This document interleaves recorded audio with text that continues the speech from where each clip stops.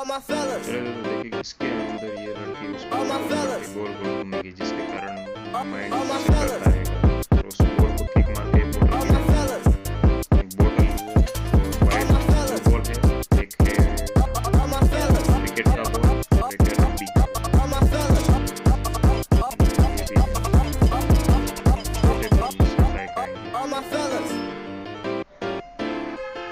लड़की तो इसमें फेल हो गई।